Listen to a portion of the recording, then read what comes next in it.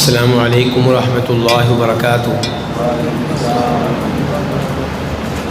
الحمد للہ رب العالمین والصلاة والسلام علی نبینا محمد وعلی آلہ وصحبہ اجمعین، اما بعد۔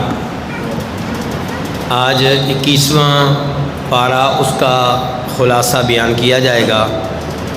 21ویں اس پارے میں پہلے سورہ عنکبوت ہے، اس کے بعد سورہ روم ہے، اور اس کے بعد سورہ لقمان ہے، اس کے بعد سورہ سجدہ ہے، اور اس کے بعد سورہ احزاب ہے۔ تو سب سے پہلے سورہ عنکبوت، آیت نمبر 45، اور یہیں سے 21ویں اس پارے کا آغاز ہو رہا ہے کہ اتل ما اوحی الیک من الکتاب واقم الصلاۃ، کہ جو کتاب آپ پہ نازل کی گئی ہے اس کی تلاوت کیا کریں، اسے پڑھا کریں اور نماز قائم کیا کریں۔ تو میرے بھائیو، رمضان کا مہینہ ہے۔ رمضان کا مہینہ وہ مہینہ ہے کہ جس مہینے میں قرآن نازل ہوا، بلکہ آخری عشرہ ہے، اور آخری عشرے میں ہی قرآن نازل ہوا۔ تو اس لیے اس مہینے میں اس آیت کے اوپر زیادہ عمل ہونا چاہیے، بار بار قرآن کریم کی تلاوت کی جائے۔ آپ مثال کے طور پہ ایک پارہ پڑھیں، تھک گئے ہیں، تھوڑی دیر کے لیے اذکار کر لیں، 2 نفل پڑھ لیں، اس کے بعد پھر تلاوت شروع کر دیں۔ تو تلاوت بار بار کی جائے، کبھی نماز میں، کبھی نماز کے بغیر کی جائے۔ اللہ تعالیٰ کے کلام کی تلاوت کا وہ اہتمام کیا جائے جو نبی علیہ الصلوۃ والسلام کیا کرتے تھے۔ آپ کے ہاں تلاوت کا اہتمام کیا تھا کہ آپ جناب جبریل علیہ السلام کے ساتھ قرآن کریم کا رمضان میں دور کیا کرتے تھے، ان سے سپارہ سنتے بھی تھے، سناتے بھی تھے، قرآن سنتے بھی تھے، سناتے بھی تھے۔ اور آخری بار جو آپ کی زندگی میں رمضان آیا، اس رمضان میں آپ نے قرآن کریم کا دور 2 مرتبہ کیا ہے۔ اللہ آپ کو جزائے خیر دے۔ اور اس کے بعد کہا گیا واقعی میں الصلاۃ، نماز قائم کریں۔ ان الصلاۃ تنہی عن الفحشاء والمنکر، اس میں کوئی شک و شبہ نہیں ہے کہ نماز بے حیائی سے، نماز برائی سے روکتی ہے، منع کرتی ہے۔ کیوں جی؟ ہم بھی نماز پڑھتے ہیں، کیا واقعی نماز ہمیں بے حیائی اور برائی سے منع کرتی ہے؟ کئی لوگوں کو منع کرتی ہے، کئی لوگوں کو منع نہیں کرتی۔ جن کو منع نہیں کرتی، نماز پڑھنے کے باوجود ایسے امور کا ارتکاب کرتے ہیں جن کا تعلق بے حیائی سے ہے، فحاشی سے ہے، وہ غور کریں کہ کہیں ان کی نماز میں کوئی مسئلہ نہ ہو۔ ایسا نہ ہو کہ ان کی نماز اللہ کے ہاں ناقابل قبول ہو، مسترد ہو رہی ہو، نماز کے ارکان پورے نہ ہوتے ہوں، نماز وقت پہ ادا نہ کی جا رہی ہو، اور دیگر کئی ایسی کمیاں کوتاہیاں ہوں، ان کا خیال کرنا چاہیے۔ سورہ عنکبوت آیت نمبر 64، اللہ رب العزت ارشاد فرماتے ہیں وَمَا هَذِهِ الْحَيَاةُ الدُّنْيَا إِلَّا لَهْوٌ وَلَعِبٌ وَإِنَّ الدَّارَ الْآخِرَةَ لَهِيَ الْحَيَوَانُ لَوْ كَانُوا يَعْلَمُونَ، کہ یہ جو دنیاوی زندگی ہے یہ کھیل تماشے سے بڑھ کر کچھ نہیں ہے۔ دنیاوی زندگی انسان کو بسا اوقات آخرت سے غافل کر دیتی ہے۔ تو کھیل تماشے کی جتنی اہمیت ہو سکتی ہے اتنی اہمیت دیں دنیا کو۔ اصل زندگی کون سی ہے؟ آخرت کی۔ تو اس دنیا میں رہتے ہوئے آخرت کے لیے تیاری کریں۔ انسان دنیا میں تب کھیلتا ہے جب اس کا کوئی ضروری کام نہ ہو۔ اگر اس کی ماں ہاسپٹل میں ہو، بیمار ہو، تو کھیل کو بھول جاتا ہے۔ اگر کاروبار کے وہ ایام ہو جن میں بہت منافع ملتا ہے تو انسان ان ایام میں کھیل کود کو بھول جاتا ہے۔ کیوں؟ بڑا مقصد سامنے آ گیا۔ تو ایسے ہی میرے بھائیوں آخرت بڑا مقصد ہے، اس کی تیاری کی جائے اور دنیا کو زیادہ اہمیت نہ دی جائے۔ نبی کریم صلی اللہ علیہ وسلم ارشاد فرماتے ہیں کہ لو کانت الدنیا تعدل عند اللہ جناح بعوضۃ ما سقا منها کافرا شربۃ ماء، کہ اگر دنیا اللہ تعالیٰ کے ہاں مچھر کے پر کے برابر بھی حیثیت رکھتی تو اللہ تعالیٰ دنیا میں سے کافر کو کچھ بھی نہ دیتا، حتیٰ کہ پانی کا ایک گھونٹ بھی کافر کو نہ دیتا۔ لیکن اللہ نے کافروں کو دنیا دی ہے یا نہیں دی؟ بلکہ بسا اوقات مسلمانوں سے بڑھ کر دی ہے۔ اس کا مطلب یہ ہے کہ دنیا کی اللہ کی نگاہوں میں کوئی حیثیت نہیں ہے۔ آیت نمبر 69 کس سورت کی؟ بچوں میں سے کوئی بتائے گا جس کو پتہ ہے ہاتھ کھڑا کرے۔ جی بیٹا، عنکبوت؟ آئیں بیٹا، شاباش، آئیں، آپ کا یہ نام ہے۔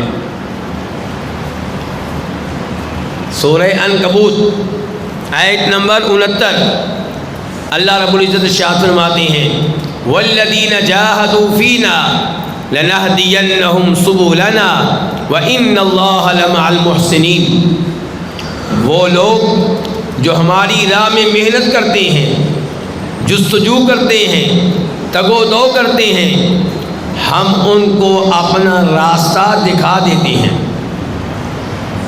ان کو رب مل جاتا ہے، ان کو توحید مل جاتی ہے، ان کو مسلک حق مل جاتا ہے جو محنت کرتے ہیں۔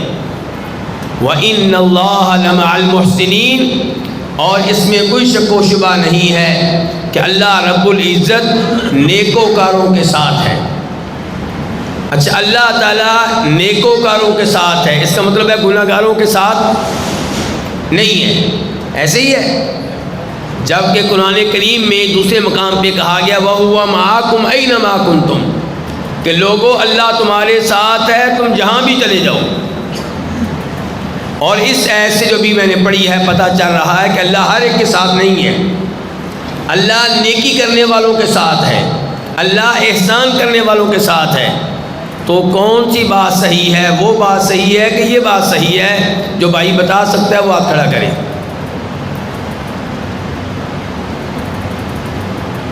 جی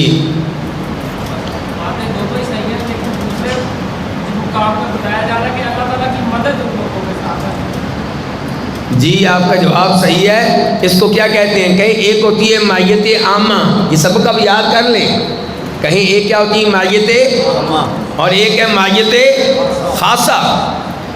اللہ تعالیٰ عام طور پہ ہر ایک کے ساتھ ہے، یعنی کہ ہر ایک کو دیکھنے کے لحاظ سے، ہر ایک کی آواز کو سننے کے لحاظ سے، ہر ایک کی نگرانی کرنے کے لحاظ سے، ہر ایک پہ قدرت رکھنے کے لحاظ سے ہر ایک کے ساتھ ہے، مسلمان کے ساتھ بھی، کافر کے ساتھ بھی۔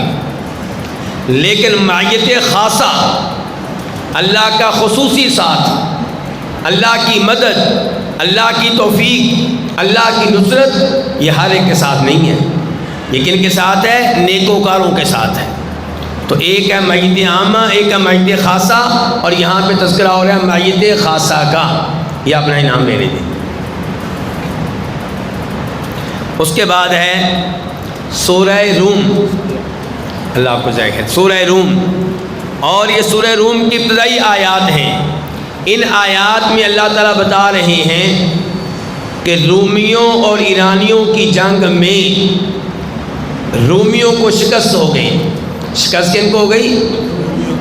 اور روم و ایران اس زمانے میں ایسے تھے جیسے آج کے زمانے میں کون ہے؟ ہاتھ کھڑا کریں، آج کے زمانے میں کون ہے؟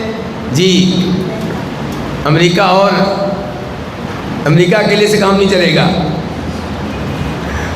ہاں جی بیٹا، نہیں وہ بچہ، پہلے بچوں کو ذرا چلیں، اب آپ نے چلیں اب بزرگوں کو انعام دے دیں۔ چلیں جی، جیسے آج کے زمانے میں امریکہ اور روس سپر پاور ہیں، اس زمانے میں روم اور ایران تھے۔ تو رومی جو ہے انہیں شکست ہو گئی۔ رومیوں کے شکست کھانے پہ بڑا جشن منایا کنہوں نے؟ اہل مکہ نے۔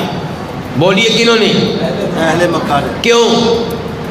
کیونکہ رومی تھے اہل کتاب، عیسائی، عیسائی مسلمانوں کے قریب ہیں دوسروں کے مقابلے میں.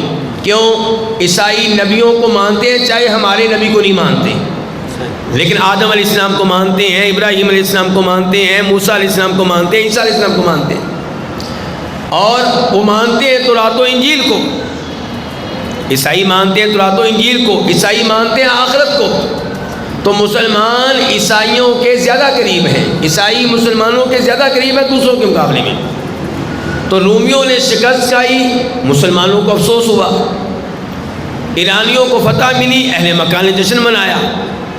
تو اللہ رب العزت نے اس زمانے میں، جس زمانے میں رومیوں کو شکست ہوئی اور ان کی بری حالت تھی اور یہ امید نہیں تھی کہ رومی جلد ہی ایرانیوں پہ غلبہ پائیں گے، فتح حاصل کریں گے اور اٹھ کھڑے ہوں گے، اللہ نے اس زمانے میں کہا ان قریب رومیوں کو فتح ملے گی. غلبت الروم فی ادنی الارض وهم من بعد غلبهم سیغلبون فی بضع سنین. یا اللہ ان قریب کا کیا مطلب ہے؟ 100 سالوں میں، 200 سالوں میں، 300 سالوں میں؟ فرمایا نہیں، 3 سے 9 سالوں کے اندر، 3 سے 9 سالوں کے اندر. للہ الامر من قبل من بعد ویومئذ یفرح المؤمنون. ویسے تو اللہ ہی کی مرضی چلتی ہے ہر معاملے میں، پہلے بھی بعد میں بھی. جس دن فتح ملے گی کن کو؟ رومیوں کو. مومن بڑے خوش ہوں گے. کیوں؟ بنصر اللہ، اللہ کی مدد پہ. اللہ کی مدد پہ مومن خوش ہوں گے. اس سے کیا مراد ہے؟ ایک مضبوط موقف یہ ہے، اس سے مراد یہ ہے کہ اسی دن بدر میں مسلمانوں کو فتح ملے گی تو مسلمان خوش ہوں گے کہ اللہ نے ہماری مدد کی ہے، اور ادھر سے خوش ہوں گے کہ رومی بھی جیت گئے. اللہ نے کہا ینصر من یشاء، اللہ جس کی چاہتا ہے مدد کرتا ہے. اللہ تعالیٰ کبھی کافروں کو بھی فتح دے دیتا ہے. یہ اللہ کا امتحان ہے، اللہ کی طرف سے آزمائش ہے. مسلمان اگر کسی جنگ میں ہار جائیں تو اس کا مطلب یہ نہیں ہے کہ وہ جھوٹے ہیں اور ان کا دین جھوٹا ہے. نہیں، جنگ میں ہارنا اور جیتنا یہ حق و باطل کا معیار نہیں ہے. اللہ رب العزت کئی دفعہ مسلمانوں کو شکست دے کر بھی ان کا امتحان لیتا ہے. مسلمان نے کلمہ پڑھ لیا، آزمائشیں آتی ہیں، مصیبتیں آتی ہیں، یہ اللہ تعالیٰ امتحان لے رہے ہیں کہ اب اللہ کا دین اس نے قبول کیا ہے، ان آزمائشوں میں کیا کرتا ہے؟ ثابت قدمی کا مظاہرہ کرتا ہے یا ڈاواں ڈول ہو جاتا ہے؟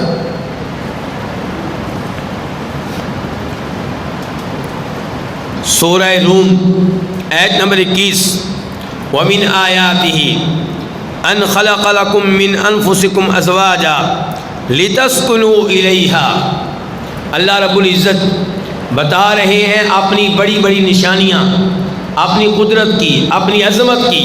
ایک نشانی یہ بتائی اللہ نے کہ میری قدرت دیکھو، میری عظمت دیکھو کہ میں نے تمہارے لیے تمہاری بیویاں تم انسانوں میں سے بنائی ہیں، جنوں میں سے نہیں، فرشتوں میں سے نہیں، جانوروں میں سے نہیں، پرندوں میں سے نہیں، کن میں سے؟ انسانوں میں سے. یہ اللہ کا بہت بڑا احسان ہے. فائدہ کیا ہے؟ لِتَسْكُنُوا إِلَيْهَا، تاکہ تمہیں تمہاری بیویوں کی طرف سے سکون ملے، راحت ملے. اور ملتی ہے. انسان جب اپنے گھر واپس آتا ہے سفر سے اسے سکون ملتا ہے، اپنی بیگم بچوں سے ملتا ہے اسے سکون ملتا ہے. چاہے آپس میں اختلافات ہوں، چاہے آپس میں مزاج نہ ملتا ہو، اس کے باوجود وَجَعَلَ بَيْنَكُمْ مَوَدَّةً وَرَحْمَةً، اللہ نے تمہارے درمیان مودت رکھ دی ہے، دوستی رکھ دی ہے، محبت رکھ دی ہے اور رحمت رکھ دی ہے. خاوند بیوی سے محبت کرتا ہے، بیوی خاوند سے محبت کرتی ہے. خاوند کو بیوی پہ ترس آتا ہے جب وہ مشکل میں گرفتار ہو، اور بیوی کو خاوند پہ ترس آتا ہے جب خاوند کسی بیماری میں مبتلا ہو جائے، ایکسیڈنٹ ہو جائے، زخمی ہو جائے، بیمار ہو جائے. اور یہ سب کچھ ایک رات میں ہو جاتا ہے. یعنی کہ وہ فیملیاں جن میں پردہ ہے، لڑکے نے بسا اوقات لڑکی کو ایک دفعہ بھی نہیں دیکھا ہوتا یا ایک دفعہ دیکھا ہوتا ہے. شادی ہوئی ایک رات آپس میں ملے، سلام دعا ہوئی، اور صبح ان کو دیکھیں ایسے گفتگو کر رہے ہوتے ہیں آپس میں جیسے صدیوں سے دوستی ہو۔ یہ اللہ کی نشانی نہیں تو اور کیا ہے؟ ان فی ذلک لآیات لقوم یتفکرون، اس میں نشانیاں ہیں لیکن ان کے لیے جو غور و فکر کریں۔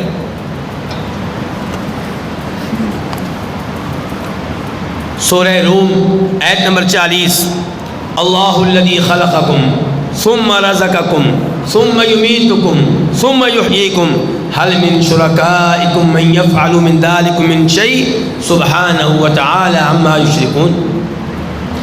فرمایا تم میرے علاوہ اوروں کو بھی سجدے کرتے ہو، میرے علاوہ اوروں سے بھی غیبی طور پہ دعائیں کرتے ہو، انہیں پکارتے ہو، میرے علاوہ اوروں کے نام پہ بھی بکرے ذبح کرتے ہو، کیوں؟ کیا میرے افعال میں کوئی میرا شریک ہے؟ میں تو تمہارا خالق ہوں، کیا یہ بھی خالق ہے؟ میں تمہارا رازق ہوں، کیا یہ بھی تمہارے رازق ہیں؟ میں نے تمہیں زندگی دی ہے، کیا ان میں سے بھی کبھی کسی نے کسی کو زندگی دی؟ میں تمہیں فوت کرتا ہوں، کیا یہ فوت کر سکتے ہیں؟ حل من شرکائکم من یفعل من ذلک من شیء، جن کو تم نے میرا شریک بنا رکھا ہے ان میں سے کوئی ان 4 کاموں میں سے کوئی کام کر سکتا ہے؟ بالکل نہیں کر سکتا۔ سبحانہ وتعالی عما یشرکون، اللہ تعالیٰ شرک سے پاک ہے، اللہ کے ساتھ کسی کو بھی شریک نہیں کرنا چاہیے۔ اچھا یہ 4 کام کون بتائے گا جو ابھی ذکر ہوئے ہیں آیت میں؟ یہ 4 کام جو اللہ کرتا ہے اور کوئی اللہ کا شریک نہیں ان 4 کاموں میں، کون بتائے گا؟ جی اللہ مار سکتا ہے، اللہ تعالیٰ زندہ کر سکتا ہے، اللہ تعالیٰ آخرت کو کرتا ہے۔ 2 ذکر کیے آپ نے، 4 ذکر کرنی ہے۔ جی بیٹا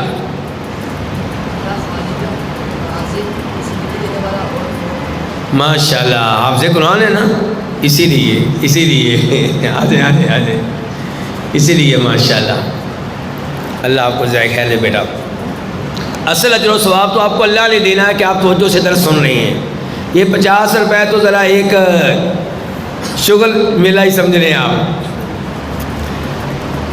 اس کے بعد سورہ لقمان آیت نمبر 6، اللہ تعالیٰ فرماتے ہیں وَمِنَ النَّاسِ مَن يَشْتَرِي لَهْوَ الْحَدِيثِ لِيُضِلَّ عَن سَبِيلِ اللَّهِ بِغَيْرِ عِلْمٍ وَيَتَّخِذَهَا هُزُوًا أُولَٰئِكَ لَهُمْ عَذَابٌ مُّهِينٌ۔ کئی لوگ ایسے ہیں جو ایسی چیزوں کو خریدتے ہیں جو انہیں غافل کر دیں۔ کیا کر دیں؟ غافل کر دیں کس سے؟ اللہ سے۔ غافل کر دیں کس سے؟ نمازوں سے۔ غافل کر دیں رمضان سے، غافل کر دیں قرآن سے، غافل کر دیں مساجد سے۔ وہ چیز جو انسان کو اللہ سے، اللہ کے رسول سے، مسجد سے، قرآن سے غافل کر دے، وہ فری میں بھی ملتی ہو تو نہیں لینی چاہیے۔ لیکن افسوس کئی لوگ ایسی چیزیں خریدتے ہیں، باقاعدہ موبائل خریدتے ہیں اس لیے کہ گانے سنیں گے جو ہمیں مسجد سے، نماز سے غافل کر دیں گے۔ تاش کے کیا پتے ہوتے ہیں؟ کیا ہوتا ہے تاش کے؟ یہ ٹیبل ہوتا ہے، پتے خریدتے ہیں، کیوں جی؟ تاکہ یہ ہمیں غافل کر دیں کس سے؟ نماز سے، روزوں سے، آخرت سے۔ تو نبی علیہ السلام کے زمانے میں لوگ خریدا کرتے تھے لونڈیاں، کیوں؟ ایسی لونڈیاں جو گانا گا سکیں، جو ڈانس کر سکیں، گانا گا سکیں۔ اللہ نے ایسے لوگوں کی مذمت کی ہے، ہم نے برا قرار دیا ہے اور کہا ان کو عذاب ملے گا۔ اور جناب عبداللہ بن مسعود اور عبداللہ بن عباس، یہ دونوں صحابی اللہ کی قسم اٹھا کے کہتے ہیں کہ جو چیزیں آخرت سے غافل کر دیتی ہیں اور ان کا تذکرہ اس آیت میں آیا ہے، ان سے مراد گانا بھی ہے۔ کیا؟ گانا۔ تو اس لیے میرے بھائیو گانے سننے سے پرہیز کریں، ساتھ میوزک سے پرہیز کریں۔ کوئی بھی چیز جو آپ کو آخرت سے غافل کر دے اس سے دور رہیں۔ قبروں کی زیارت کے لیے جائیں تاکہ آخرت یاد آئے، موت کا تذکرہ سنیں، آخرت کا تذکرہ سنیں، جنت جہنم کے تذکرے سنیں۔ تو کون سے 2 صحابی ہیں جنہوں نے قسم اٹھا کے کہا ہے کہ اس ایت سے مراد؟ جی بیٹا عبداللہ بن عباس انہوں نے کیا کہا بیٹا؟ تو انہوں نے کیا مراد ایسے؟ اس ایسے مراد کیا ہے؟ جی بیٹا گانا آپ انعام ابھی ایک لکھ چکے ہیں نا؟ ماشاء اللہ، چلیں آ جائیں دونوں آ جائیں، ماشاء اللہ ماشاء اللہ، بچے دھیان سے سن رہے ہیں جی، دیکھیں الحمدللہ۔ یہاں پہ ایک حدیث بھی آپ کے سامنے رکھنا چاہوں گا، نبی علیہ الصلوۃ والسلام نے ارشاد فرمایا لَيَكُونَنَّ مِنْ أُمَّتِي أَقْوَامٌ، میری امت میں ایسے لوگ آئیں گے جو بدکاری کو حلال قرار دے دیں گے، بدکاری کو حلال سمجھیں گے، ریشم کے لباس پہننے کو حلال سمجھیں گے، شراب پینے کو حلال سمجھیں گے، اور میوزک موسیقی کے آلات کو بھی حلال سمجھیں گے۔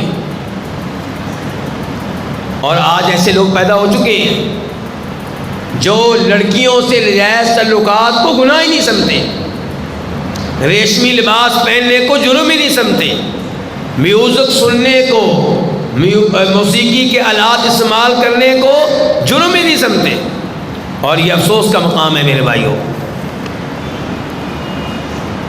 اللہ رب العزت نے سورہ لقمان میں جناب لقمان کا بھی تذکرہ کیا ہے، اور جناب لقمان نبی تھے کہ رسول تھے؟ جو بتا سکتے ہاتھ کھڑا کریں۔ جناب لقمان نبی تھے کہ رسول تھے؟ بچے جب ہاتھ کھڑا کرتے ہیں میں ان کو موقع دیتا ہوں پھر۔ جی بیٹا نبی تھے، ہاں جی، اور کس نے ہاتھ کھڑا کیا تھا؟ آپ تو ماشاءاللہ، ہاں جی رسول تھے، اور کون رہ گیا پیچھے؟ اہل فطرت تھے۔ آپ کیا کہتے ہیں جی؟ نبی نہیں تھے لیکن نیک تھے، اللہ تعالیٰ نے ان کے نام رسول۔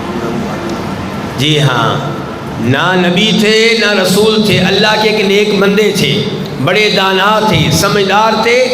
اللہ نے ان کی دانائی پہ مشتمل باتیں قرآن میں نازل کی ہیں۔ آپ نے بیٹے کو وصیت کر رہے ہیں، کیا کہہ رہے ہیں؟ کئی نصیحتیں ہیں، ان میں سے ایک یا بنی اقیم الصلاۃ، بیٹا ہمیشہ نماز قائم کرنی ہے، وَأْمُرْ بِالْمَعْرُوفِ وَانْهَ عَنِ الْمُنْكَرِ، اور بیٹا کسی کو یہ نہیں کہنا کہ نماز پڑھو کیونکہ لڑائی ہو جائے گی، کسی سے یہ نہیں کہنا نماز پڑھو ورنہ کیا ہوگا۔ یہ صحیح کہہ رہے ہیں؟ نہیں، انہوں نے کہا تھا بیٹا نماز قائم بھی کرنی ہے، دوسروں سے بھی کہنا ہے کہ نماز پڑھو، دوستوں سے کہنا ہے نماز پڑھو، رشتہ داروں سے کہنا ہے نماز پڑھو، نیکی کا حکم دینا ہے، روزے رکھنے کا حکم دینا ہے، سچ بولنے کا حکم دینا ہے، برائی سے روکنا ہے، بدکاری سے روکنا ہے، لڑکیوں سے دوستیاں قائم کرنے سے روکنا ہے، گانے سننے سے روکنا ہے، سود لینے سے روکنا ہے، یتیموں کا مال لینے سے روکنا ہے، اپنی طاقت کے مطابق نیکی کا حکم دینا ہے، برائی سے روکنا ہے۔ یہ باپ کہہ رہا ہے کس سے؟ بیٹے سے۔ لیکن میں اور آپ کیا کہتے ہیں؟ نہ بیٹا کسی سے پنگا نہیں لینا۔ نہیں میرے بھائی، آپ اپنے بچے سے یہ کہیں کہ بیٹا کسی سے بدتمیزی نہیں کرنی، بالکل صحیح ہے، کسی سے جھگڑا نہیں کرنا، لیکن پیار سے سمجھانا ہے، وہ بات سمجھے الحمدللہ، نہ سمجھے آپ کو برا بھلا کہے تو خاموش ہو جائے، یہ آپ کہہ سکتے ہیں۔ لیکن لقمان کیا کہہ رہے ہیں بیٹے سے کہ نیکی کا حکم دینا ہے، برائی سے منع۔ وَاصْبِرْ عَلَىٰ مَا أَصَابَكَ، اور جب نیکی کے کام کریں گے، نیکی کے کاموں کا حکم دیں گے، برائی سے روکیں گے تو مصیبتیں آئیں گی، پریشانیاں آئیں گی، ٹینشنیں آئیں گی، کیا کرنا ہے؟ صبر کرنا ہے۔ امید ہے کہ آپ بھی اپنے بیٹے کو یہی نصیحت کریں گے۔ انشاءاللہ۔ سورہ سجدہ آیت نمبر 15 اور 16، انما یؤمن بآیاتنا الذین اذا ذکروا بها خروا سجدا وسبحوا بحمد ربهم وهم لا يستكبرون تتجافى جنوبهم عن المضاجع يدعون ربهم خوفا وطمعا ومما رزقناهم ينفقون۔ اللہ تعالیٰ فرماتے ہیں کہ حقیقی مومن وہ ہیں، صحیح معنوں میں میرے کلام پہ، میری نشانیوں پہ ایمان لانے والے وہ ہیں کہ جن کے سامنے میرا قرآن پڑھا جائے، قرآن کے ذریعے تبلیغ کی جائے تو وہ قبول کرتے ہیں، متاثر ہوتے ہیں، سجدے میں گر پڑتی ہیں اور اپنے رب کی تسبیح بیان کرتے ہیں رب کی حمد کے ساتھ۔ وَهُمْ لَا يَسْتَكْبِرُونَ، اور تکبر نہیں کرتے۔ تو کتنے کام کرتے ہیں؟ قرآن سن کے سجدے میں گر پڑتے ہیں، اللہ کی تسبیح حمد کے ساتھ بیان کرتے ہیں اور تکبر نہیں کرتے۔ اچھا یہ تسبیح اور حمد میں کیا فرق ہے؟ پہلے بھی سوال کیا تھا، آج کون بتائے گا تسبیح اور حمد میں کیا فرق ہے؟ جی اِنَّا لِلَّهِ وَإِنَّا إِلَيْهِ رَاجِعُونَ۔ جی جی اونچی بولو، اونچی اونچی۔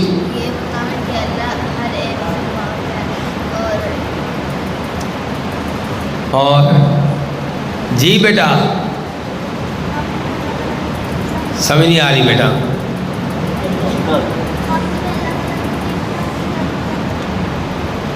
اور تسبیح میں بیٹا، تو حمد میں اللہ کی تعریفیں بیان کرتے ہیں، اللہ کی خوبیاں بیان کرتے ہیں، اور تسبیح میں یہ کہتے ہیں کہ اللہ میں یہ عیب بھی نہیں ہے، یہ عیب بھی نہیں ہے، اللہ سے عیوب کی نفی کرتے ہیں، اللہ میں یہ عیب بھی نہیں، یہ کمزوری بھی نہیں، یہ نقص بھی نہیں۔ یہ کیا ہے؟ تسبیح۔ تو تسبیح اور حمد۔ اس کے بعد اللہ نے کہا تتجافا جنوبہم، کہ جو حقیقی ایمان والے ہیں ان کے پہلو بستر سے دور رہتے ہیں، نیند کی قربانیاں دیتے ہیں۔ کس کی خاطر؟ اللہ کی خاطر، نمازوں کی خاطر۔ اور اس کی تفسیر میں یہ حدیث علماء تفسیر نے ذکر کی ہے کہ جناب عثمان بن عفان کہتے ہیں کہ نبی علیہ السلام نے ارشاد فرمایا جو عشاء کی نماز جماعت کے ساتھ پڑھے اس نے آدھی رات کا قیام کیا، اور جو عشاء کی نماز جماعت کے ساتھ پڑھنے کے ساتھ ساتھ فجر کی نماز بھی جماعت کے ساتھ پڑھے اس نے پوری رات کا قیام کیا۔ اللہ کی رحمت دیکھیے، اللہ کی رحمت دیکھیے۔ اور یہ ایت کس بارے میں نازل ہوئی؟ ترمذی شریف کی حدیث ہے، انس بن مالک کہتے ہیں یہ ایت نازل ہوئی ہے ان لوگوں کے بارے میں جو عشاء کی نماز جماعت کے ساتھ پڑھتے ہیں۔ تو عشاء کی نماز جماعت کے ساتھ پڑھیں تو آپ بھی اس ایت کا حصہ ہیں کہ یہ وہ ایمان والے ہیں جن کے پہلو ان کے بستر سے دور رہتے ہیں۔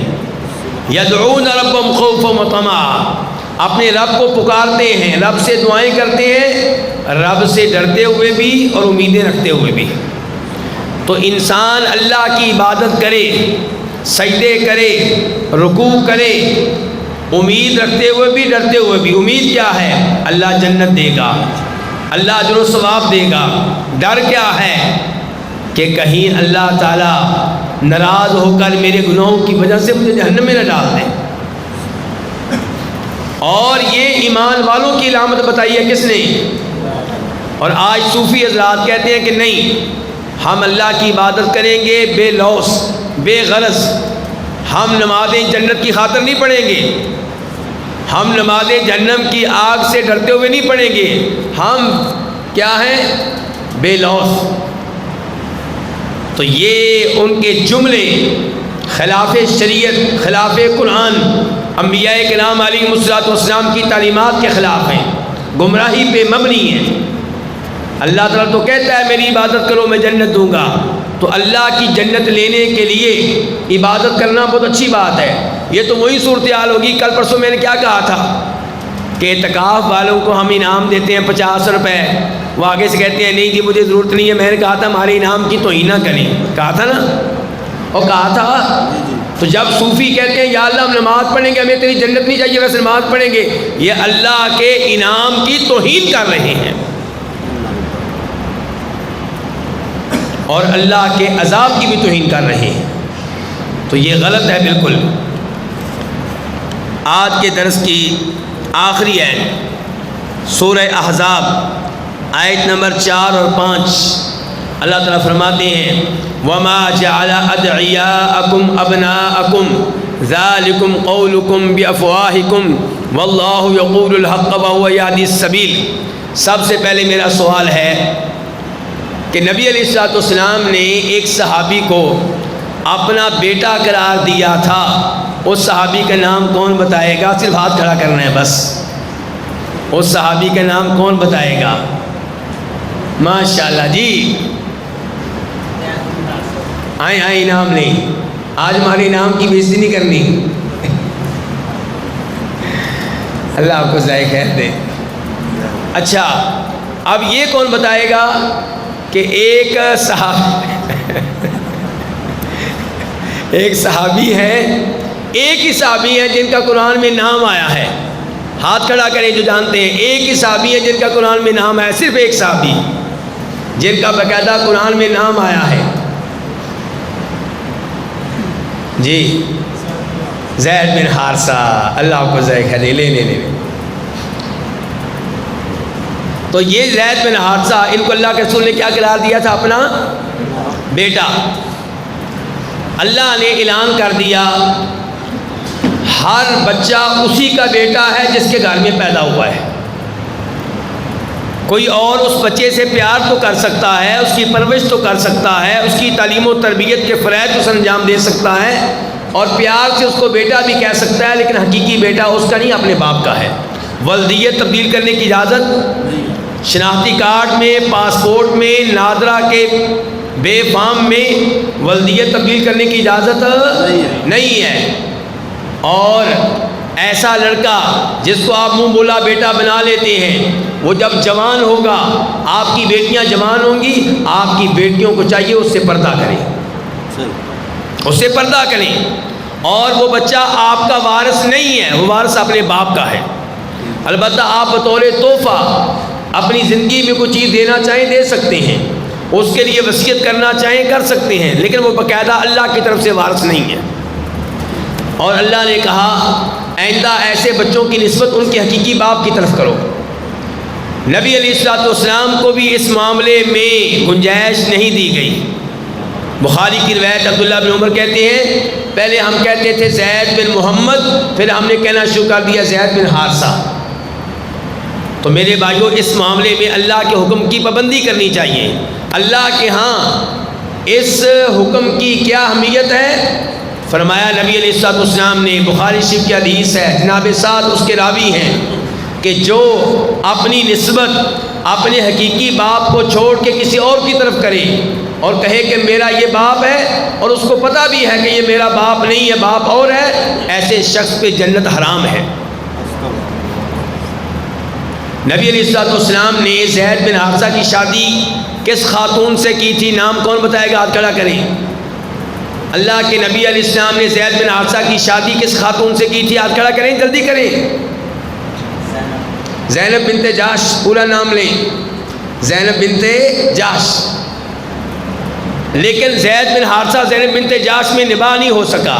جناب زید طلاق دینے والے تھے کہ اللہ نے کہہ دیا اللہ کے نبی جب زید طلاق دیں گے اس کے بعد یہ زینب آپ کی بیگم ہوں گی، اور زمین پہ کوئی نکاح نہیں ہوگا، اوپر ہی اللہ نے کر ڈالا. اور یہ جناب زینب کہا کرتی تھی، بخاری کی روایت ہے، اپنی سوکنوں سے، ہماری ماؤں سے، اور تمہارے نکاح اللہ کے نبی سے کیے، تمہارے گھر والوں نے، میرا نکاح کیا اللہ نے آسمانوں کے اوپر سے. تو یہ زینب بنت جاش اللہ کے نبی کو کہا گیا یہ آپ کی بیگم ہے. اب اللہ کے نبی بڑے شرماتے تھے. کیوں؟ مکہ والے پروپگنڈا کریں کہ دیکھو اپنی بہو سے شادی کر لی ہے، اپنی بہو سے. اللہ نے کہا نہیں، ہم نے اس رسم کو توڑنا ہے، اور اس رسم کو توڑ دیا گیا. پتہ چلا ہر وہ رسم جو قرآن کے خلاف ہو، شریعت کے خلاف ہو، اس کو توڑا جائے. قرآن و حدیث سپریم لا ہیں، ان رسموں کی کوئی حیثیت نہیں ہے. لوگ کہتے ہیں جی تیجا کرنا پڑے گا، برادری کی رسم ہے، ناک کا مسئلہ ہے، ساتواں کرنا پڑے گا، چیلم کرنا پڑے گا، برسی کرنا پڑے گی. کیوں؟ ناک کا مسئلہ ہے، برادری کی رسم ہے. ایسی رسموں کی ایسی کی تیسی جو قرآن و حدیث کے خلاف ہوں، ان کی کوئی حیثیت نہیں ہے. اللہ رب العزت سے دعا ہے اللہ تعالی ہمیں قرآن و حدیث پہ عمل کرنے کی توفیق دے اور ایسی رسموں سے محفوظ رکھے. وآخر دعوانا الحمدللہ رب العالمین.